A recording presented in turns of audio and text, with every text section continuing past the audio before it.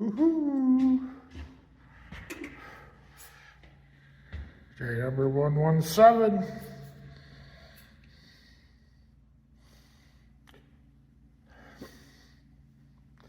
Do I have things to talk about today?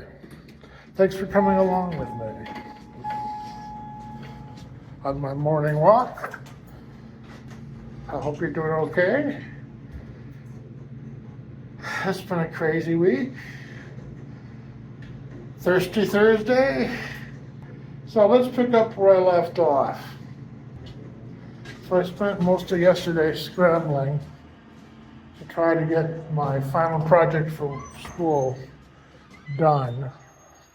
And I reread the assignment and I'm realizing I'm just not there. I don't have enough, okay? I gotta keep expanding it somehow, but the clock was ticking and I had to go submit it. So even though it wasn't effectively complete. So I went to submit it and the submission system says May. I swear to God, he said that it was due on the last day of class. I mean, the content is there. It's not, as I say, he wants 4 to 5 slides per topic. So, thank goodness I still have more time. So I'm going to be back at it today. Had to let my supervisor know, hey, it's not done, and I guess I have more time. So, second thing, I've been recovering from the weekend. I had 2 days in a row where I had calorie surplus. And, I keep saying it's not rocket science. If you follow Fitbit and you do it right, you can just predict on the scale the next morning. I've been recovering from 2 days over the weekend of surplus, and now I'm today back at that 377.0 lowest weight yet number. Here now it's Thursday. It took that many days to recover from those surplus days. That's why it takes so long sometimes to lose weight. Because, it's hard to go every day in calorie deficit. I mean, you gotta enjoy food once in a while. So it takes a while, it takes time, but again, I'm still on track. It's just, people want to rush it. The problem with rushing it is it throws your body into shock. Your body says, oh, I'm starving. My body doesn't feel starving because I have been going up and down every day. But again, more down than up. My body's feeling good. And yesterday, I dug into the chocolate that I bought back in November, early December. I have since bought chocolate and eaten it, but this is chocolate that I've been saving. And here we are now, almost May, and finally getting around to eating candy that I bought right after Thanksgiving. That's a record for me. I don't think I've ever kept candy around that long. That makes me feel really, really good. And that little bit of chocolate yesterday, that certainly was a good reward. And of course, the scale this morning said, hey, did it matter? No, I really didn't. I enjoyed the chocolate, and I'm still at the lowest weight yet, or tied for it anyway. The last couple of days, the topic has been on friends. What is a friend now in the 21st century? Can you become friends with somebody who's out there, making content on a TikTok or Instagram or Facebook or YouTube and again, the incentive for them is often to make money. Is somebody who's in the business of entertaining you going to want to be a friend of yours, no matter what the definition happens to be? Again, they may have thousands of people following them, so how can they possibly take extra time to get to know you as an individual.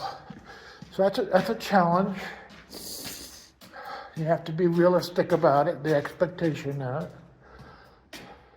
Yesterday I talked about how you can kind of counteract that by joining a club, in this case my beard club. And these are guys who are joining deliberately to become friends. That's the whole point. With that new friendship, it got me thinking about an online friendship with whom I've shared my interests with. I'm wearing my Copper John shirt today for a reason. The two fellows who make some of the content, the owner of Copper John's Barbershop and Copper John's Beard Care Products, Tyson, as an adult, connected up with a guy. The friendship was immediate and instant. You know, there's this belief that it's harder to become friends as adults, you know, to find friendships as an adult. And I don't believe it. My experience with the Beard Club, my experience watching these two guys over the last, I've only been watching them for about 6 months, but apparently they've been friends for about 3 years, with wives and children, working hard in businesses, and yet they're making content, and it's through that content that they connected. One is making content to help himself, much like what I'm doing, right? And one is making content to help his business, right? So to watch them together on screen, I think it's amazing. I just clicked right in with these two guys, Logan and Tyson. And so they had been tossing around now for a couple of years, this podcast. Well, now they've really buckled down. They've got their own identity, their own channel and stuff. The Dad Bods and Beards podcast. And they posted a new one yesterday, which again, I was glued. Every word I was hanging on. It just resonates with me, the things they're saying. It's amazing how I find these guys who have a very same story, where they've had mental health challenges, where they've become good friends with Mr. Robert. Mr. Robert changed my life, as you've been following my story. So we've got all these things in common. And then they even start talking about toes in yesterday's podcast, and I'm like, sheesh. Yeah, goofy shit. But no, I'm going out to Utah to hopefully get to see these guys, meet up with them, certainly get a haircut and beard trim in the barbershop. Obviously, you'll have to come along with me because I'm going to still be doing my morning walks, even on the road. Yeah, this will be fun. So 3 days in a row, we've talked about friendships, online friendships, reaching out to people in a club friendships, and watching other people make friends online. What can we talk about tomorrow for friendships? Stay tuned. We'll see. Bye for now.